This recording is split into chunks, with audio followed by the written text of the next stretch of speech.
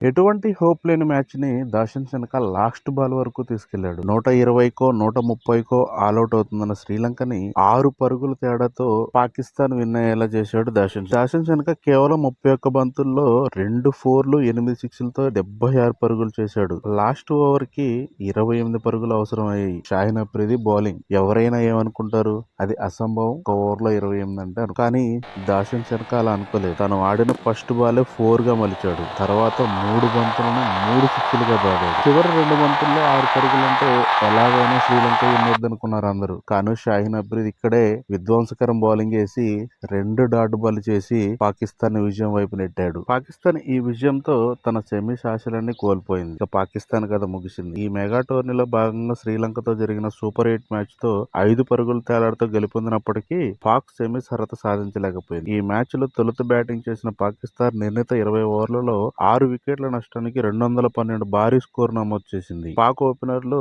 సాహిబ్జా ఫర్జాన్ 60 బంతుల్లో 9 ఫోర్లు, 5 సిక్స్లతో సెంచరీ చేయగా ఫకర్ జమాన్ 42 బంతుల్లో 9 ఫోర్లు, 2 సిక్స్లతో 84 పరుగులు చేశాడు. శ్రీలంక బౌలర్లు దిల్షాన్, మధుశంక 3, చెనక 2, షమీరా తలా 1 వికెట్ సాధించారు. అనంతరం 213 పరుగుల లక్ష్యంతో బరిలోకి దిగిన శ్రీలంక ఆఖరి వరకు పోరాడింది. ఇందాక నేను చెప్పాను కదా, లంక కెప్టెన్ దుష్యంత్ చెనక విరోచిత ఇన్నింగ్స్ ఆడాడు. షాహిన్ అఫ్రిది వేసిన ఆఖరి ఓవర్లో లంక విజయానికి 28 పరుగులు అవసరమయ్యాయి. చెనక తొలి బంతిని 4 కొట్టగా తర్వాత 3 బంతులను సిక్సర్లుగా మలిచాడు. చివరి 2 బంతుల్లో 6 పరుగులు అవసరమయ్యాయి. కానీ షాహిన్ అద్భుతంగా బౌలింగ్ వేసి పరుగులేమీ ఇవ్వలేదు. దీంతో లంక లక్ష్య ఛేదనలో 6 వికెట్లు కోల్పోయి 207 పరుగులు చేసింది. చెనక కేవలం 31 బంతుల్లో 2 ఫోర్లు, 8 సిక్స్లతో 76 పరుగులు చేశాడు. కాగా పాకిస్తాన్ సెమీస్ కి చేరాలంటే శ్రీలంకను 146 పరుగుల లోపు కట్టడి చేయాల్సి ఉండేది. కానీ పాక్ బౌలర్లు విఫలం కావడంతో పాక్ కు బదులుగా న్యూజిలాండ్ సెమీస్ కి అర్హత సాధించాయి. గ్రూప్ 2 నుంచి ఇంగ్లాండ్, న్యూజిలాండ్ సెమీస్ లోకి అడుగుపెట్టాయి. పాక్ ఈ మ్యాచ్ లో గెలిచింది. సెమీస్ కి క్వాలిఫై కాలేదు. కానీ